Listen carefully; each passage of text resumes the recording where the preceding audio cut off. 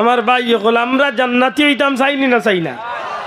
জান্নাত যাইতে হইলে আপনার ইচ্ছা মতো রাস্তায় চললে জান্নাত যাইবা না আল্লাহর দেওয়া রাস্তা নবীর দেখা নিফতে চলতে হইব? কোনটা? জি, আল্লাহ আমরা রে জান্নাত দিবার লাগি নিয়ামত কমাইয়া ইচ্ছুন না বাড়াইয়া দিছেন? একটু আপনারা লগে মাতি আল্লাহ আমরা রে জান্নাত দিবার লাগি কোন জিনিসটা কমাইয়া ইচ্ছুন একটু আপনারা হোক আছে। সৃষ্টির মাঝে জান্নাতি হইবার লাগি এক নম্বর যে জিনিসের দরকার একটার নাম হইল মানুষ। না মানুষ ছাড়া আর কেউ জান্নাত যাইবা? মাত্তা নাই। অত সুন্দর হরিণ জান্নাত যাইবা তো? জি, জান্নাত দুনিয়াত বহুত জিনিস সুন্দর আছে কিন্তু জান্নাত যাইতো না। মানুষ জান্নাত যাইবার লাগি আল্লাহ বানাইছে, সুবহানাল্লাহ। আর মানুষের জান্নাতি কান নয়া কিচ্ছু নাই। জান্নাত হইল আমরার পুরান বাড়ি। মাতই না চাব জান্নাত আমরার কিতা সবে কইল না জান্নাত আমরার। আরো একেবারে নিজের গ্রাম্য ভাষায় বুঝক, জান্নাত হইল আমরার মৌরসি সূত্র পাওয়া বাপর বিটা। সুবহানাল্লাহ কইতা নাই? মানুষের বাপর বিটার প্রতি এক আলাদা দরদ আছে না নাই? জান্নাত হইল আমরার বাপর বিটা। আমরার বাবারে আল্লাহ বানাইয়া কোন জায়গা তৈসলা? জান্নাত। জুড়ে কোন জায়গা? হযরত আদম আলাইহিস সালাম রে আল্লাহ বানাইয়া কোন জায়গা তৈসলা? জান্নাত। আমরার মারে আল্লাহ সৃষ্টি করছেন জান্নাতের ভিতরে।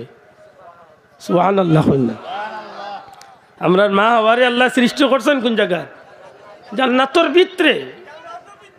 ও জান্নাত খাইতা রইতা বুক করতা করি আল্লাহ সুবিধা ইচ্ছই, কিন্তু আল্লাহর ইচ্ছা হইল যে জান্নাত না তাকবায় তোমার দান্ডে দুনিয়ায় ফাটাইমো একদিন ফাঁকানিত। আর হন্তনে গিয়া যদি ঠিক মতো আমি আল্লাহর কাম করিয়া আইতে এবারতে ফিরিয়া তোমার দানোর বাড়িতে এইবার আইবা গেল তোমার দানোর লাগিয়ে আরো বেশি নিয়ামত আমি আল্লাহ বাড়াইয়া রাখবো। মাত বুঝাইতে পারি আল্লি এলে জান্নাত হইল আমরা পুরান বাড়ি। জান্নাত কিতা? আমরা পুরান মৌরসি সূত্রে পাওয়া। জান্নাত যাইবার লাগে যদি এক নম্বর যে নিয়ামত লাগে একটার নাম যদি মানুষ হইয়া থাকে, আল্লাহ আমরা মানুষ বানাইছে নি? মাত্তা নাই। মানুষ বানাইছে নি? মানুষ সবচেয়ে সুন্দর না সবচেয়ে বিশ্রী? মানুষ সবচেয়ে দেখতে খারাপ না সবচেয়ে বেশি সুন্দর? মানুষের সৌন্দর্যের সার্টিফিকেট দিছেন কে? আল্লাহ। জুড়ে হোক মানুষ সৌন্দর্যের সার্টিফিকেট দিছেন কে? লাকাদ খালাকনাল ইনসানা ফি আহসানি তাকওয়িম। আল্লাহ কইন আমি সবচেয়ে সুন্দর করে মানুষ বানাইছি। সুবহানাল্লাহ। একজন মানুষের 3.5 হাত বডির ভিতরে আল্লাহর সৃষ্টি জগতের মাঝে যত নিয়ামত আছে প্রত্যেকটা নিয়ামত আল্লাহ মানুষের বডির ভিতরে দান করে দিয়েছে। আপনি অবাক হইবেন।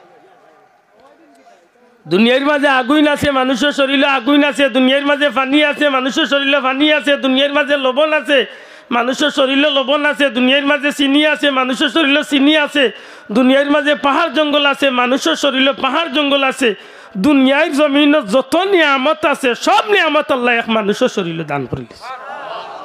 কিয়ামত পর্যন্ত যত কম্পিউটার বারক মানুষ নামক নিয়ামতের কম্পিউটারের মতো কম্পিউটার আল্লাহর জমিন কেউ বানাইতে পারছেও না, কিয়ামত পর্যন্ত পারতো না। আজকে ইন্টারনেট ওয়ার্ল্ডের ফার্স্ট একটা জিনিস বাড়িয়েছে মাত্রই না।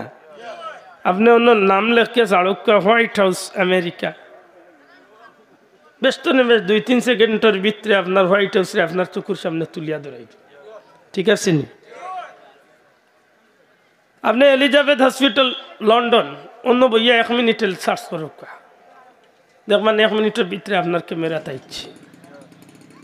আপনি মনে মনে কইতে পারেন তাইলে তো বাবারে মানুষের তো মনে হয় আরো বহুত বড় মেমোরি কোন এক জিনিস বানাইছে বলে। না, ও জিনিসটা ও সফটওয়্যারটা তৈরি করছে কে?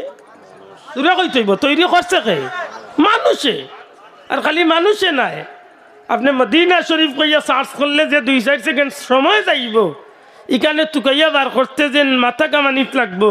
ই মাথা কামানিত তো হাজারো লাখো কোটি কোটি গুণ আগে একজন মানুষের মেমোরিত মদিনা শব্দটা ঢুকার লগে লগে এর চেয়ে হাজারো গুণ স্পিডে আল্লাহর বন্দার মেমোরিটারে আল্লাহ মদিনাত পৌঁছাইয়া। তাইলে কিয়ামত পর্যন্ত একজন মানুষরে আল্লাহ যে নিয়ামত দিছে আল্লাহর জমিনে কেউ নিয়ামত সৃষ্টি করবার কোনো ক্ষমতা আছে নি নাই। আপনি ইসলাম বনাম বিজ্ঞান, ইসলাম আর বিজ্ঞান লইয়া যখন তারতম্য করার যাইবা তখন দেখবা যে ইসলামের গেছে গোটা জগতের সমস্ত বিজ্ঞান অকেজ হয়ে গেছে। সুবহানাল্লাহ। ইসলামের গেছে সমস্ত বিজ্ঞান কি হইছে? অকেজ হয়ে গেছে। কোরআনের গেছে বিজ্ঞান অকেজ হয়ে যায়। আজকে যে বিমান হেলিকপ্টার সপ্তাহ কোরআন শরীফ রিচার্জ করিয়া, আজকের কম্পিউটার কোরআন শরীফ রিচার্জ করিয়া, আজকের মোবাইল কোরআন শরীফ রিচার্জ করিয়া। আপনি মনে রাখা উচিত এই জমিনের মাঝে আল্লাহ মুসলমান রে দুনিয়ার জমিনের মানুষ জাতির মাঝে শ্রেষ্ঠত্বর উপাধি দিয়া আল্লাহ যে জাতিরে দুনিয়াত পাঠাইছে তারে জান্নাত দিবার লাগি আল্লাহর জমিনের যত নিয়ামতর দরকার সব নিয়ামত আল্লাহ আমরা দান করি লইছে। সুবহানাল্লাহ। আমার ভাই সকল, বন্ধু সকল, একজন মানুষ খালি মানুষ হইলেই জান্নাত যাইতে পারতো না। জান্নাত যাইবার লাগি আল্লাহর বান্দার এক নম্বর শর্ত হইল ঈমান থাকতে হইব। সুবহানাল্লাহ। না খালি মানুষ ওই গেলে জান্নাত যাওয়া যাইব। মানুষ ওইলেই যদি জান্নাত যাওয়া যাইতো তাইলে তো আবু জেহেল জান্নাতি, মাত্তা নাই।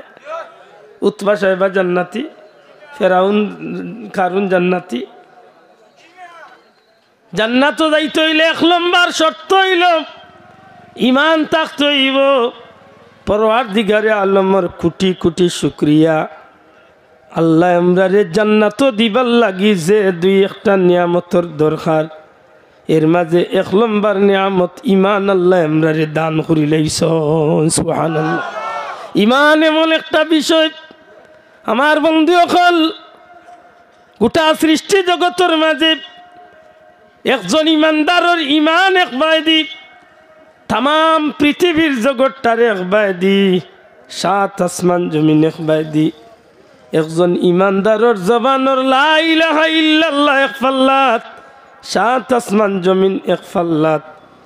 আল্লাহর নবী ফরমাইন একজন ইমানদারের লা ইলাহা ইল্লাল্লাহর ওজন আল্লাহর গেছে বেশি। সুবহানাল্লাহ। তাইলে ঈমান নামক নিয়ামত আল্লাহ আমরা দিছেন না দিছেন না? আল্লাহ দয়া করি দিছেন না? আপনি টানিয়া কুজিয়া মায়ের করিয়া আনছেন। আল্লাহ দয়া করি দিছেন না? আপনি ত্যাগ করিয়া কষ্ট করিয়া মায়ের খাইয়া আনছেন। মাতকা আমরা কি শুকরিয়া আদায় করব? এই জমিন আল্লাহ আমরা রে মৌরসি সূত্রে ইমানদার বানাই লিছে। সুবহানাল্লাহ। আল্লাহ যদি চাইতা তাইলে আপনারে আমারে যে কোনো এক বিধর্মীর ঘরে জন্ম দিতে পারতাম। হয়তো ভাগ্য চক্রে যদি আমি মুসলমান হইতো, যদি মুসলমান হওয়া লাগতো তাইলে আমার জীবনে বহুত প্রতিকূলতা বাধা হইয়া খাড়ো হইত। ঠিক নেই? বহুত কিছু আমার সামনে দেয়াল হইয়া খাড়ো হইত। যদি আমি অন্য ধর্মাবলম্বী কোনো ফ্যামিলির পরিবারের জন্ম নিতাম, এমন হইতো যে আমার মা আমারে আমার ধর্মর কালচারি খাইয়া, আমার বাবা আমারে তার ধর্মর কালচারি খাইয়া একসময় আমার ধর্মর প্রতি উদ্বুদ্ধ করিয়া আমার জীবনের লাগি চির জাহান্নামের পথ ধরাইয়া দিলেইত। কিন্তু পরওয়ারদিগারে আলমে বড় দয়া করছেন, বড় মায়া করছেন। এই জমিনের মাঝে নবী কামলিওয়ালার উম্মত হইবার লাগি আল্লাহর পক্ষ থেকে আল্লাহ আমার এমন এক পরিবারের জন্ম দিলা, যে পরিবারের জন্ম দেওয়ার কারণে ইসলাম কবুল করতে আর ঈমান গ্রহণ করতে কোনো ধরনের কষ্ট আমারে পাওয়া লাগছে না। অনিচ্ছাকৃত সত্যে পরওয়ারদিগারে আলমে আমারে জান্নাত দিবার লাগি এমন ধর্মরে আমারে দান করি লাইছে। সুবহানাল্লাহ।